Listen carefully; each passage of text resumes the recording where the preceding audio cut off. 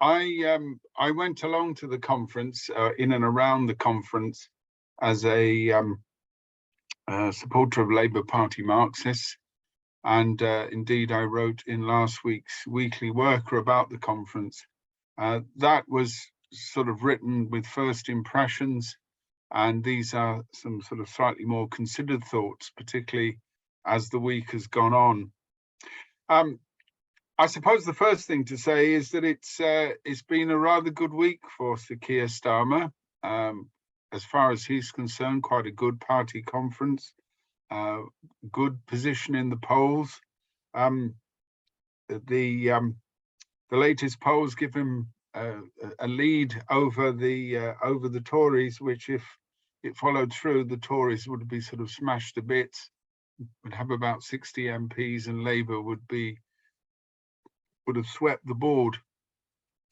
To a certain extent, that of course is a product of the economic crisis, the disarray in the Truss government, the reaction of the markets to the mini budget, and so on. But it's also, I think, a sign that the Starmer strategy, the very clearly defined Starmer strategy, may well be paying off for him. He's certainly getting a lot of good press at the moment. Papers which were previously rather hostile or were reporting rumours of discontent in his shadow cabinet are now saying that all he has to do is to be slightly polish up the act, but he's now very much a prime minister in waiting.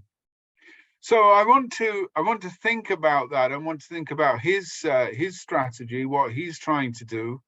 But also I want to look at the reaction of the left and of the wider left.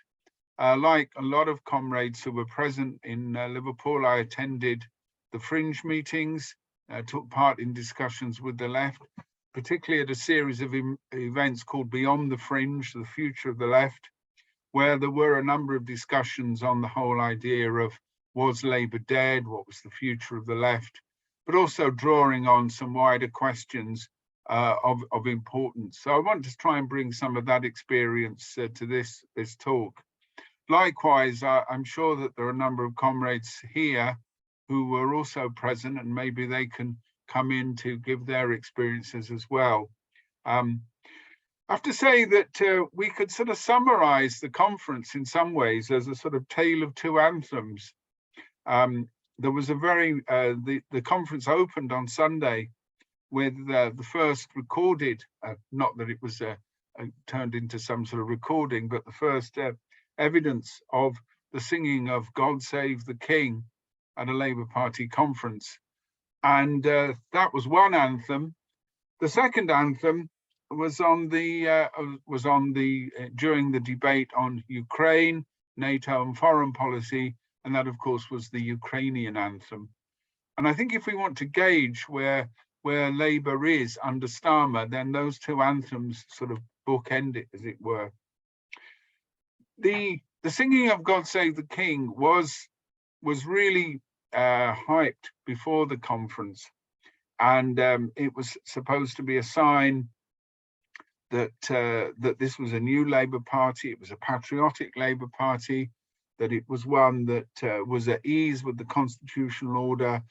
But above all, it was sending out a very explicit signal that this was not Corbyn's Labour Party, that this was a more acceptable Labour Party, that the dangerous extremism of the Corbyn years was now past. It was also, I think, an attempt by Starmer to amplify a theme that's been an important part of his triangulation strategy, which is to locate himself very much in the centre ground. And that type of triangulation argument isn't, I think, just a sort of stylistic tick. It isn't just a case of using particular words. It's actually locating Labour, in a sense, well away from any connections with the left, and indeed with any sort of class politics in that sense. So the language of class and indeed any ideas on the left are now completely marginalized in the way that Starmer presents things. Starmer's safe pair of hands routine comes out very clearly in his speech on Tuesday. And again, I'm sure comrades will have seen this. And I think looking at it on television is quite useful, because the whole event, indeed the whole conference, is designed to be a televisual experience. If not an extravaganza, it is done for effect and done for appearance. So the setting, the use of the Union flags, the whole appearance of the conference, the camera work, all are designed to give a particular impression. And in the speech, we had, in a sense, the epitome of the stage management of the conference. So that, for example, at certain points, Starmer gets standing ovations, particularly in his reference to anti-Semitism, where he says he's purged the party, or he's working to purge the party of anti-Semitism, and that the dangerous extremism will have gone. And along with Rachel Reeves in her speech, emphasizes sound money, responsibility, discipline, working with the nation, working with hardworking families, working with entrepreneurs. So this is, in tone and approach, is clearly a very different type of Labour Party is arguing. Furthermore, he uses the death of Queen Elizabeth as a way of contrasting his decent patriotism with the uncertain loyalties of those on the left. And in holding up the late Queen as a sort of symbol of duty and of service, of public responsibility, he's trying to sort of locate himself in that sort of world that was conjured up by the BBC and the various commentators in the days of national mourning, that the Queen wasn't just the head of state, that she embodied decent virtues, and indeed Labour is now embodying those same virtues. He used a phrase, again drawn from Tony Blair in that speech, that Labour was now the political wing of the British people. And that idea that this is no longer just a sort of a party of the fringes, it is no longer just the party of the left, but it's now in the mainstream of national life in that way. These themes were to be repeated throughout effectively the 3 days of the conference. Rachel Reeves, in her the Shadow Chancellor, also sort of took up that whole argument, that whole line, that this is where we stand ready to work with business, not in hock to the trade unions, and indeed that we're a party now ready for government. And of course, this type of message was helped by what was going on outside of the conference. If the press reports are to be believed, over the weekend, the various shadow ministers and so on, instead of working up their very carefully scripted speeches, were actually just waiting on to see what would happen in terms of reaction to the fiscal event that Kwasi Kwarteng had got together, and in a way hoping or thinking of how they could orientate towards that. And of course, when Monday came, Tuesday came, the reaction of the markets, just heightened that. So in a sense, all that they really had to do was to come out with enough platitudes about responsibility and about how they would balance the budgets, and that Labour was now the party of sound money, for that to work. Things which would perhaps, if they'd been said a week earlier or a month earlier, would not have been believed, were now quite capable of being believed, simply because of what was happening outside. Casting the Tories as extremists, as people who no longer spoke for the nation, would have been difficult before, I think, that budget. But now he had plenty of raw material to go on. He just simply had to mouth the platitudes and it would all fall into place. So both the opinion polls and the sense of a sort of collapse of the government, of economic and political crisis, gave Keir Starmer a bit of an easy wind. He had the wind behind him and really had to do very little. He also had, I think, another element, which was that the left had, I think, had underestimated the impact of that crisis. Certainly hadn't really expected it. Indeed, I don't know that many people had, and so were in the immediate arena of the conference, were in a sense always running to catch up. But also, I think at perhaps a more fundamental level, they went into that conference probably at their most disoriented, most demoralized that they'd been for some time. I'd been to, I think, the last 4 Labour Party conferences, although I had been to some in the 70s as well. But what struck me about this was that the sort of atmosphere around it was radically different. So, for example, in and around the conference arena, it's just a physical thing that you can see. The delegates were suited and booted. They were clearly apparatchiks, bureaucrats, trade union bureaucrats. They were all aspiring parliamentarians, and the left delegates, or indeed any delegates at all, seemed to be very much in the minority. The attendance at the conference was clearly down on those of recent years. And what was clearly dominant there were the right, the careerists, the aspiring MPs, and also many people who were, prepared to give Starmer the benefit of the doubt.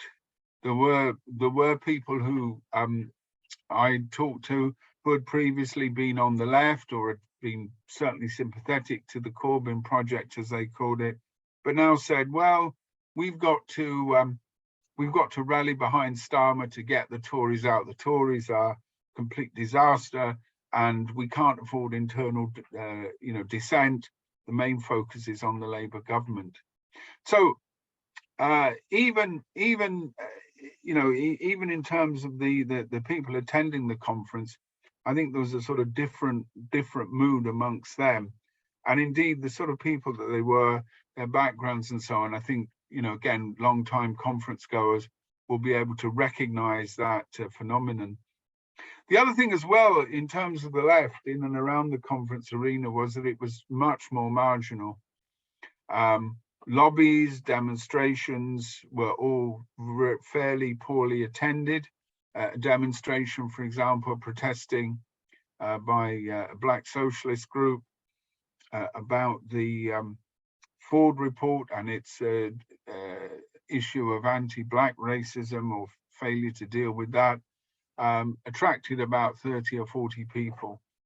And it, again, was in marked contrast, I think, to previous years.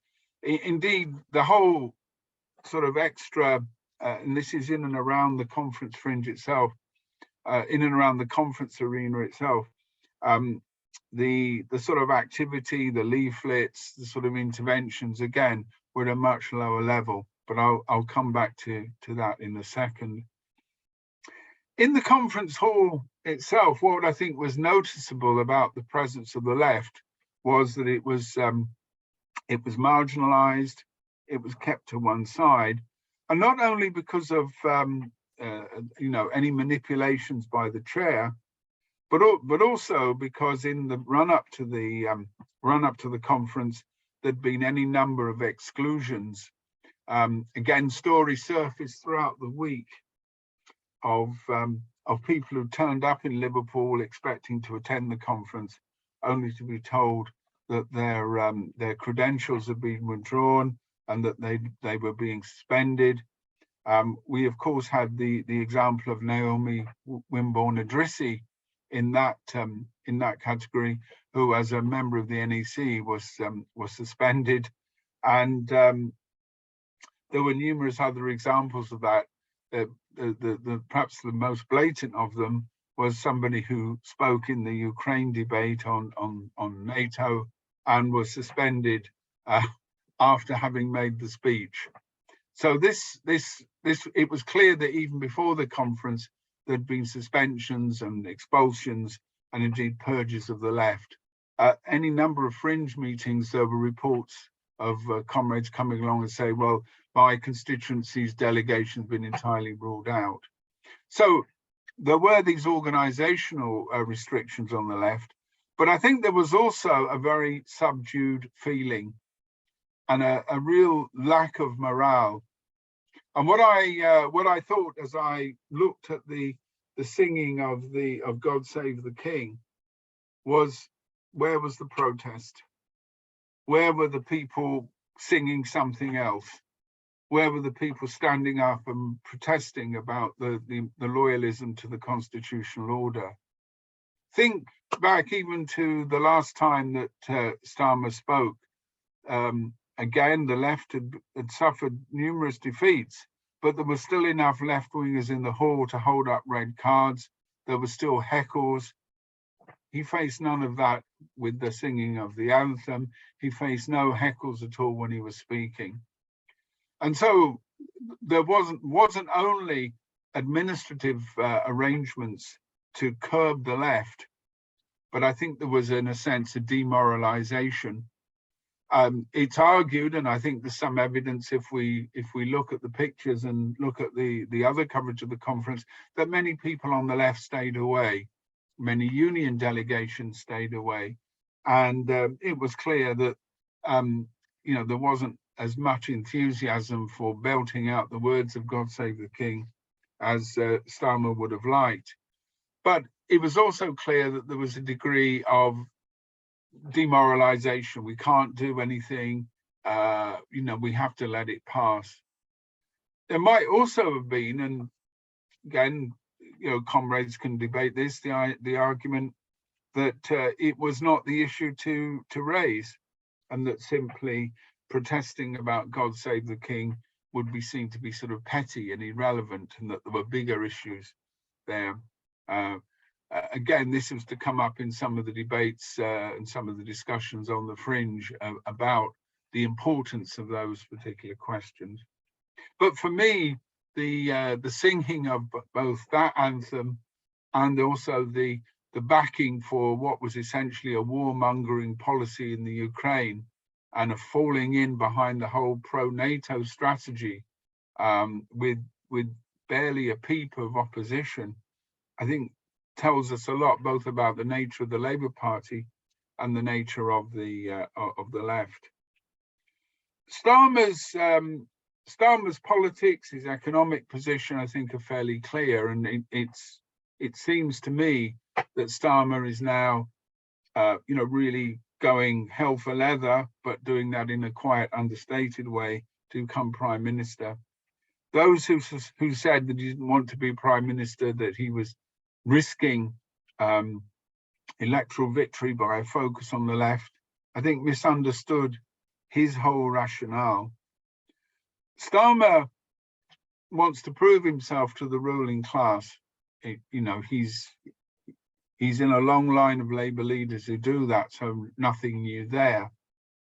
Likewise, he wants to prove himself that he's not only a safe pair of hands, a capable leader, but also that he can deliver, and in particular that he can deliver the organised working class through the trade unions, and that he can turn Labour into a sensible party of government, a reliable second 11. And I think, again, he's managed to do that. This is where I think events outside the conference hall were going to come back in and shape how that appeared and how that went. Because it's very clear to me that Starmer is now being seen as not just an alternative, but actually is seen as really the safer option for the ruling class in comparison with what's going on in the Tory party. That safer option isn't just in terms of economic management, but also I would suggest in terms of its relationship with the organised working class movement, the trade unions, and also I think in his ability to deliver. So in putting forward that strategy, Starmer isn't, I think, just playing an electoral game. He's not just appealing to this mythical centre ground of Middle England, Worcester woman, Mondeo man, all the other cephalogical constructions, but he's also appealing to the ruling class as well. And I think the type of coverage that he's getting in the less hysterical bourgeois papers indicates that he's succeeding there. So those were his two audiences, and I think the opinion polls, have helped him show that that strategy at the moment is successful.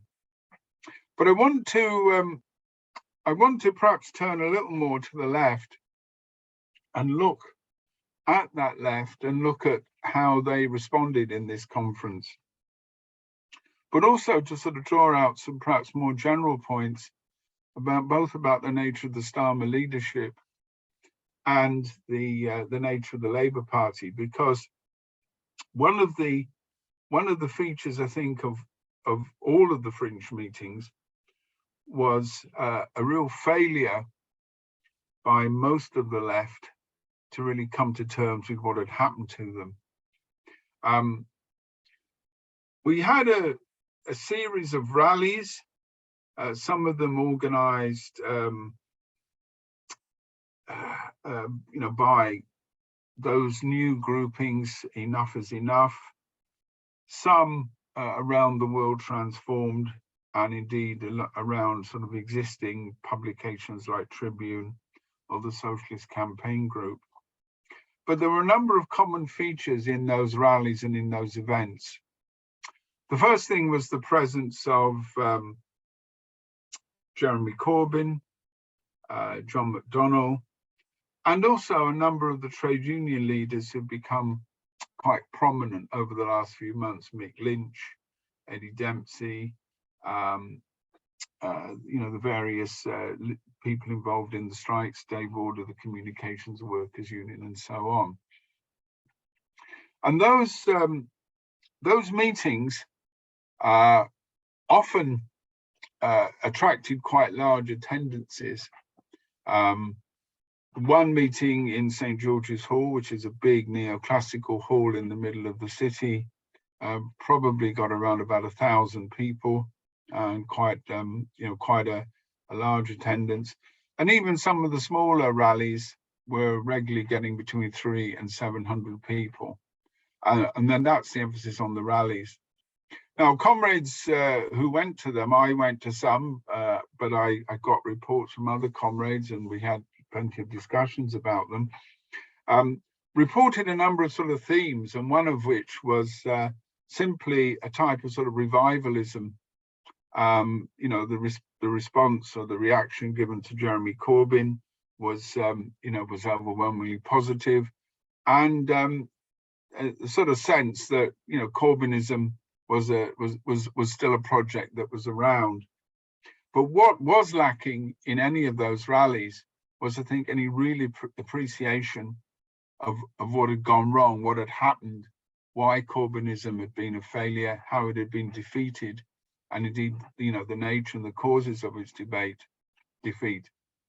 So I suppose the best way of describing that was at a meeting on the Ford report. All sorts of illusions came to the fore in that discussion, and these particularly turned on the issue of factionalism and the nature of factionalism. If you remember, comrades, the Ford report found that there was a great deal of factionalism in the Labour Party, and that this factionalism, particularly from the right, had undermined the election efforts. And what the report seemed to suggest was a plague on all of your houses, and that you know, it was all just a rather unfortunate set of circumstances, and you know, let's try hard to be nice to each other. And Jeremy Corbyn and many other people went along with that sort of line.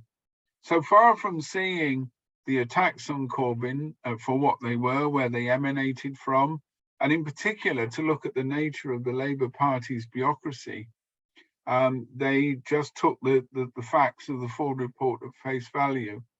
Some of the speakers even agreed that there'd been factionalism on the left, and said that what we needed was an independent bureaucracy.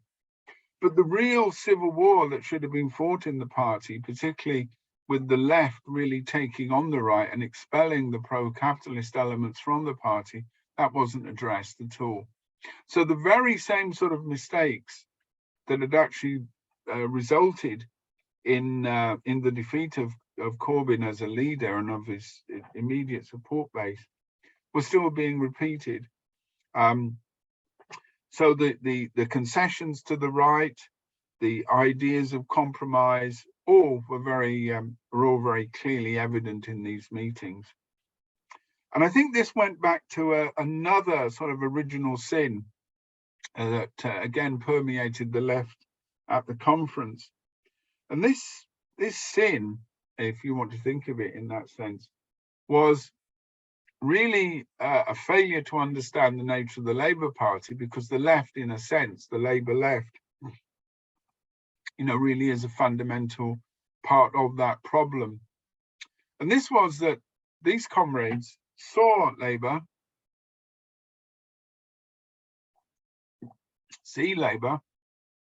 as it's currently constituted, as an instrument for obtaining socialism. So, for example, in numerous fringe meetings, arguments were put forward that if Starmer adopted a left-wing programme, that this would make him very popular. He would then sweep to power on this radical programme, and then we can begin the task of constructing socialism in Britain. Of course, we as Marxists recognise the nature of the capitalist state. We recognise that it's not a neutral instrument that can be utilised, you know, by the working class, and that the state will be used against any sort of government, even of a fairly moderate type, if the interests of capital determine that. But of course, this is a fundamental element of the laborism of the Labour left, which is to see, pardon me, which is to see not only the state as a particularly sort of neutral instrument that can be utilised, but that socialism can be achieved through a succession of Labour governments.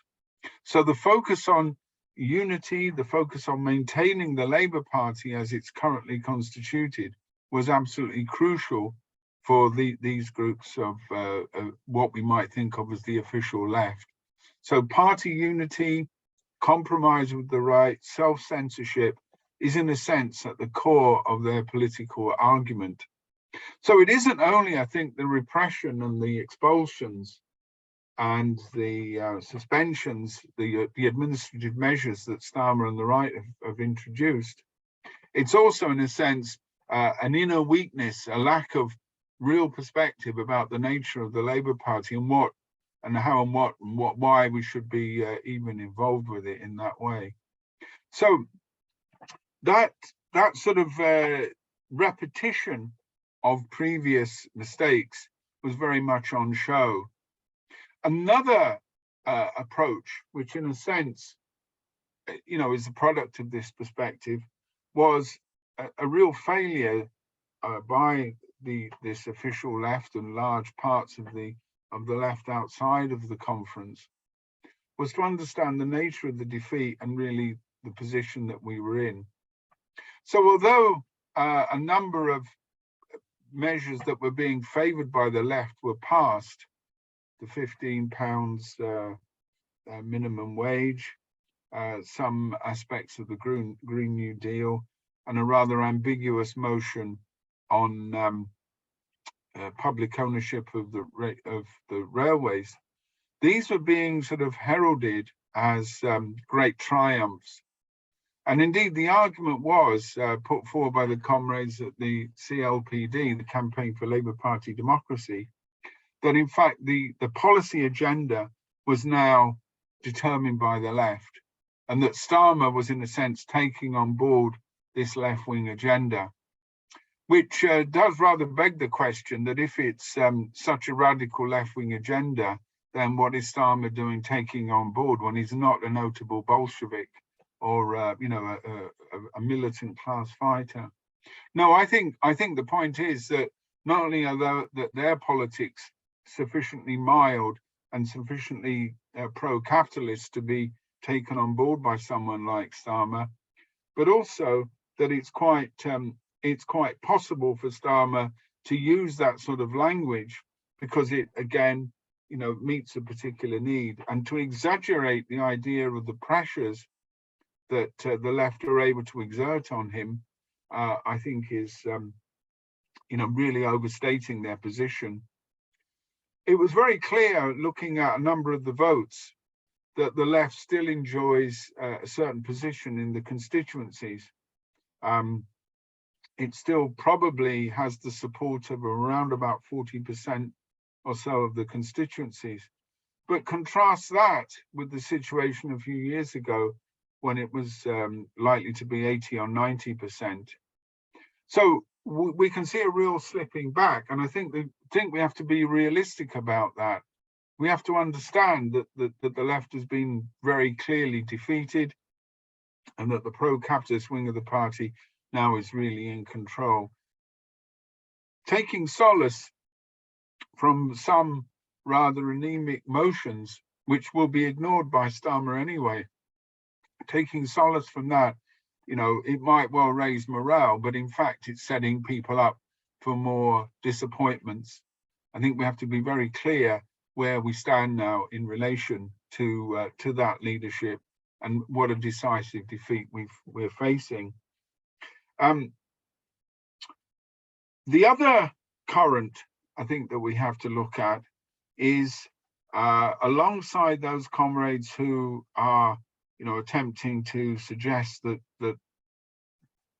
the left still can exert pressure over Starmer, are those comrades who've arrived at a rather different and indeed an opposite position, and that is that Labour is now dead, and that some new initiatives, something new must emerge. In a number of the fringe meetings, that did come up, notably in the fringe meetings organised on the Wednesday by Beyond the Fringe, the Future of the Left. And this was a series, this was 3 meetings that looked initially at the experience of Liverpool in the 1980s, that looked at the question, is Labour dead? And then the third issue was the future of the left itself.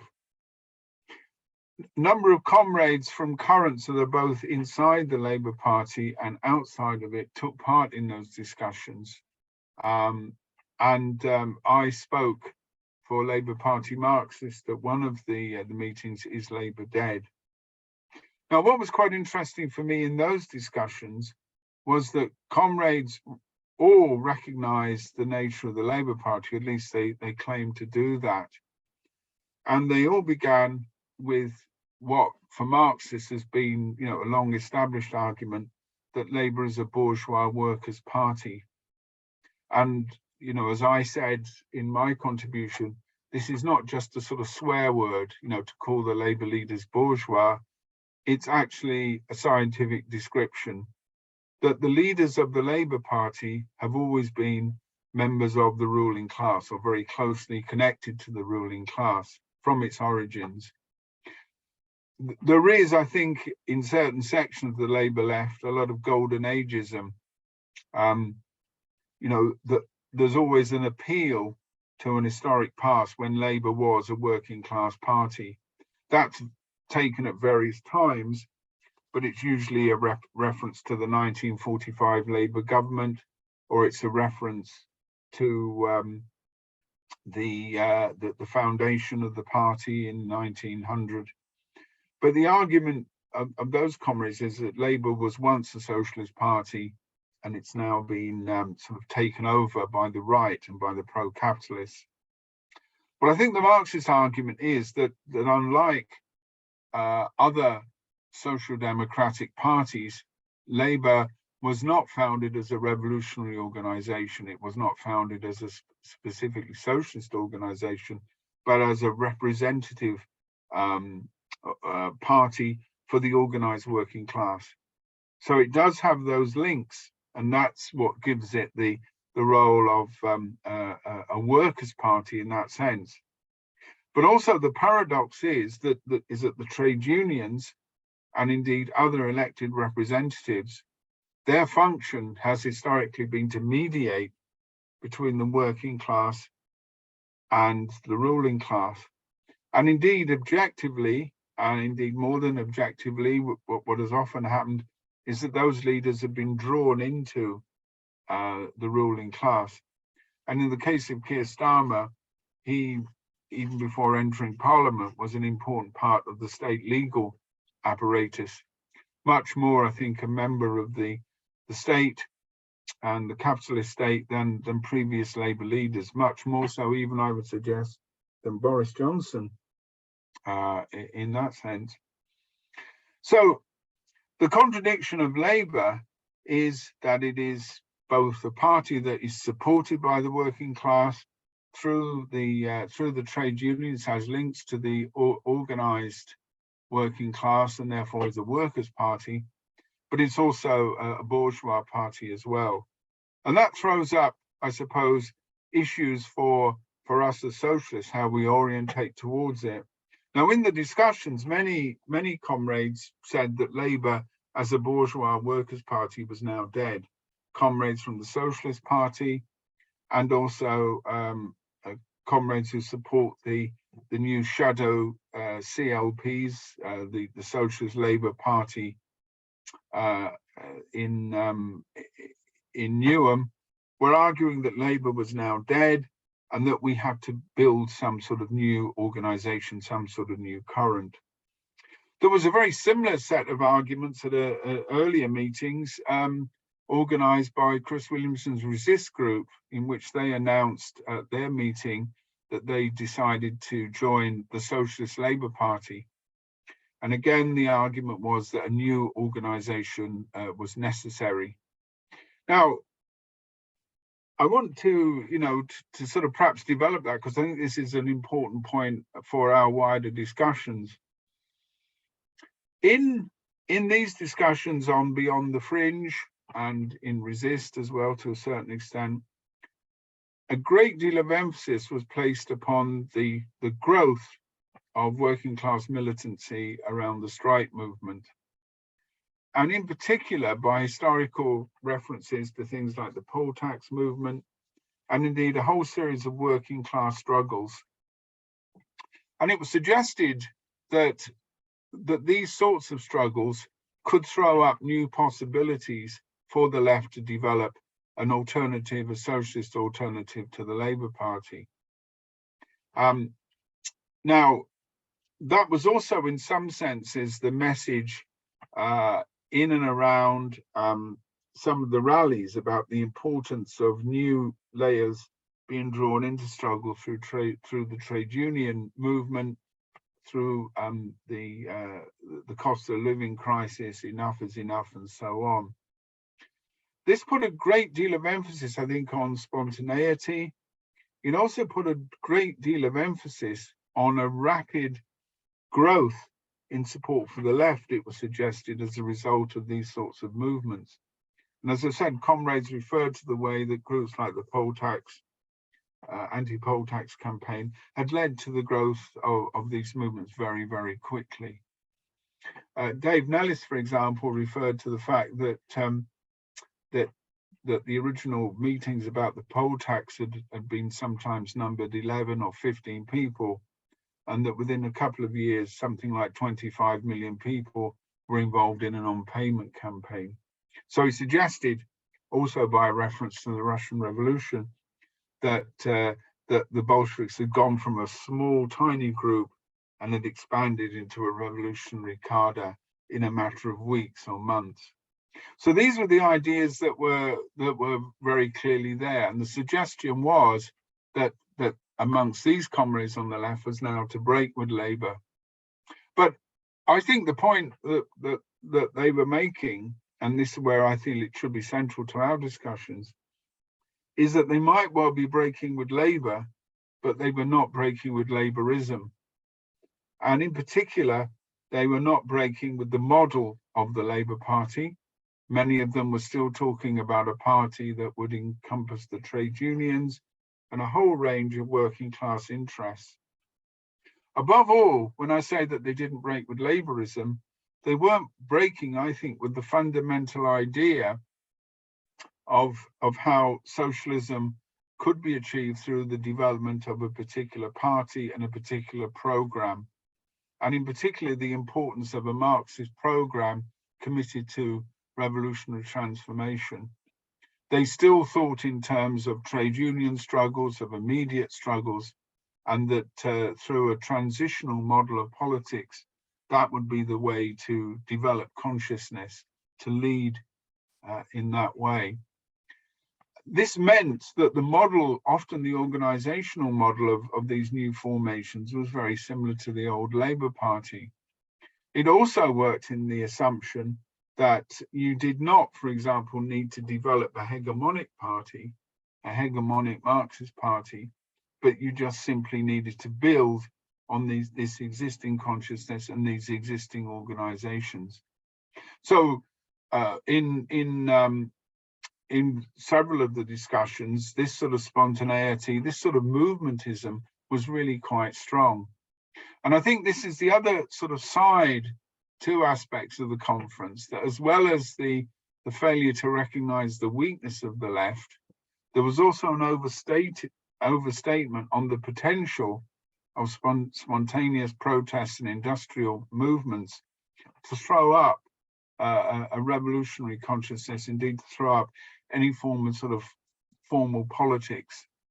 And this type of syndicalism, as it were, was very sort of clearly aligned to laborism, and you got the two sort of currents, sitting side by side with each other in that way.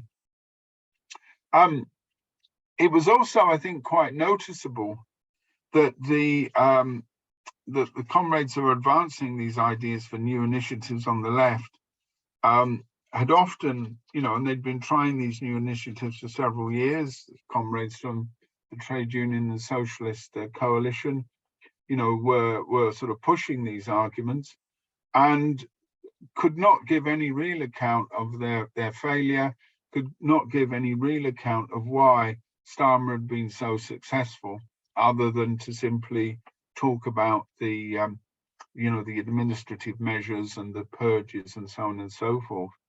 But as I've said, that was quite a clear theme running through this conference. A failure really to do any sort of stock taking and a settlement of historical accounts with what had happened before. To use a sporting analogy, it was really just saying that your opponents were too good without looking at what your weaknesses were. Your own defensive lapses, your own lack of tactical nous. The fact that your goalkeeper was having a fag while two of the goals went in, that sort of thing, I think was very noticeable. Nobody really wanted to look back, except that when they did look back, it was in a sort of, good old days, Jeremy had done well, or Labour councillors in Liverpool had done this. So there was not a critical engagement. There was celebration when there should have been a lot more analysis and a lot more thought. But again, that was, I think, marked the comrades' politics, because they really see the future, I think, as just a repetition of that sort of past. The other element I want to sort of draw attention to is, I suppose, on the future of the left. And again, in comparison with any party conference I've been at in the last 7 years or so, clearly the left had, suffered this demoralization, they'd suffered these defeats. But they were also, I think, they now also are at really a very clear crossroads. The various initiatives, I think, are likely to run out of some steam. I think the crisis that we're facing, the cost of living crisis, in particular, the war in Ukraine, all will tend, I think, to encourage people to rally round Labour. So in the wider population, I think you will get a lot of sort of pro-Laborism. The old slogan that any Labour government is better than a Tory government will encourage people to rally round. This is probably about the worst time to launch any new initiatives. And indeed, as far as I can see, much of the official Labour left is pretty well securely on board. A number of comrades I know before the conference in the last few months had thought that the Enough is Enough initiative might be the basis of some sort of new mass movement. And although it's got signed up on its database, a la John Landsman, something like 700,000 people, it's very clear that that movement is being safely corralled and contained within Laborism, and that it's developing almost as a non-political movement. Indeed, in many of the cities that I have direct experience of it, it's very clearly being run by parts of the official left, and indeed that sort of soft left momentum current that cooperates with the right wing. So it's not, I think, a vehicle. I mean, it may mobilize people, it may bring people onto demonstrations and protests, but it's certainly not a vehicle for any sort of new party. Anybody that thinks it's a sort of a forerunner of the Chartists, I think is very sadly mistaken. I certainly don't see Andy Burnham in the role of Fergus O'Connor. It's probably closer to William Lovett, but probably not quite as left-wing as that even. So Enough is Enough will, I think, bring out demonstrations, and there will be protests and demonstrations. The Don't Pay campaign likewise will have that character. But I think the main focus will be very much on, now trying to get Starmer elected.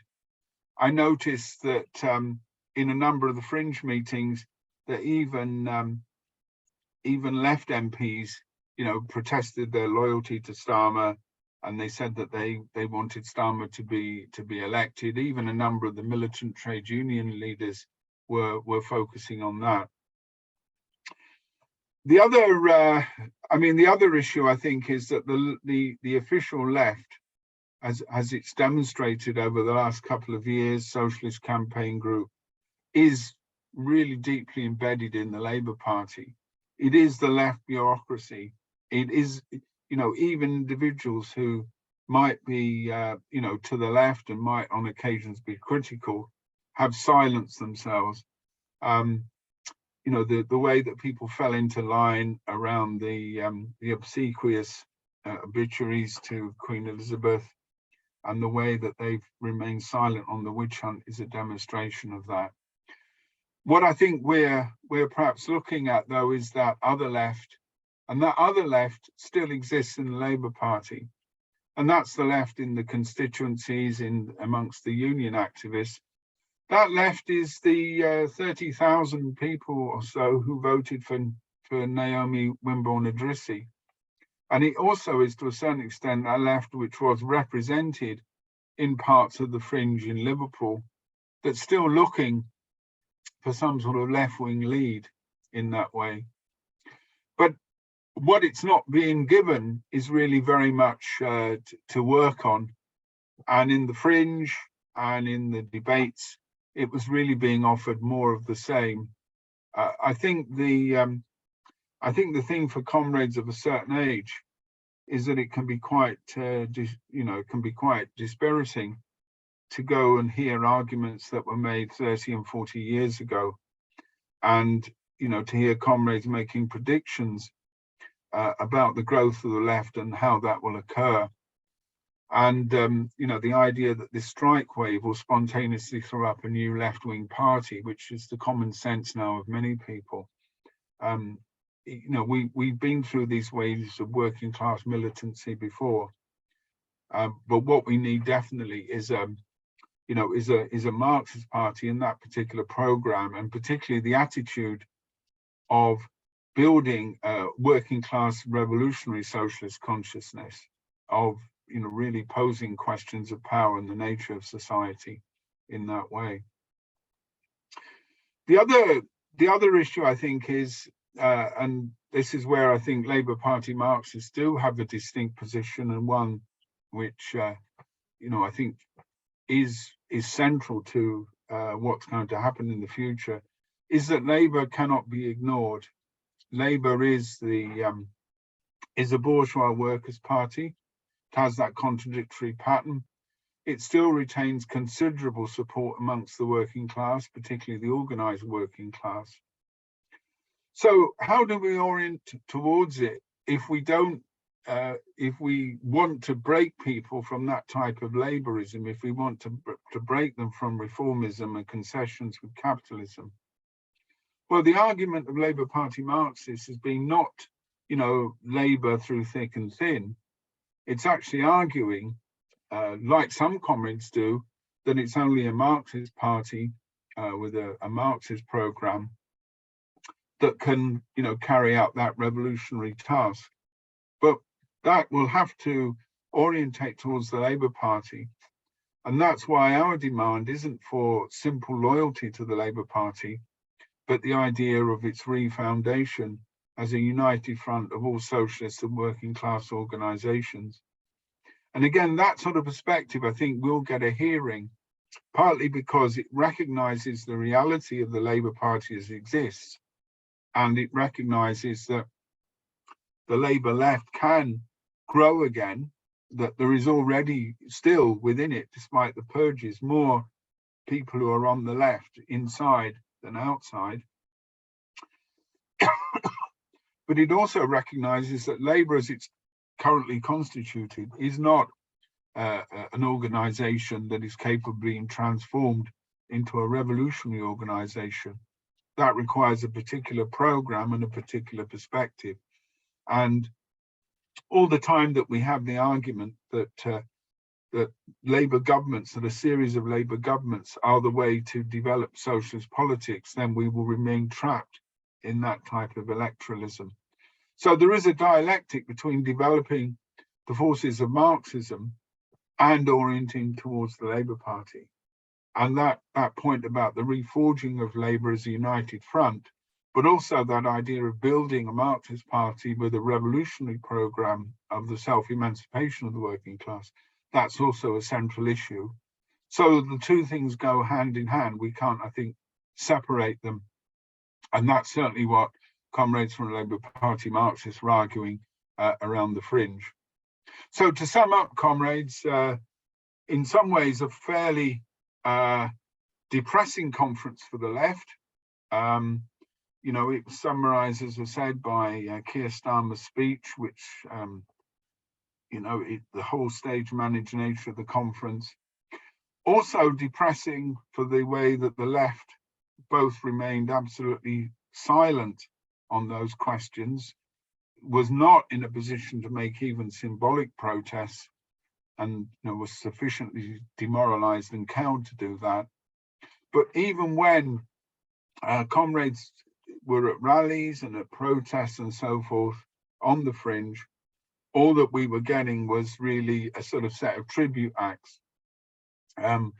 If Keir Starmer was doing a sort of Tony Blair tribute act, then what we got on the fringe was very much a sort of, Jeremy Corbyn tribute act. And in a way, both looking back to Blair and looking back to Corbynism represents no future. Looking back to Blair, although superficially attractive for Starmer and the pro-capitalist wing, is really is an illusion. It's quite likely that there will be a Labour government, but it won't be a Labour government on the basis of boom and economic growth as in the 1990s. No amount of singing, things can only get better is going to whistle up those new circumstances. And that definitely, that any Labour government will have to carry out the attacks on the working class, albeit in a milder, more emollient form, if a thing should be possible. So in that way, the Blair tribute band, its revival won't last very long. But also on the other hand, just constantly wanting to do chants of Jeremy Corbyn, it has a sort of almost a religious mantra character of it.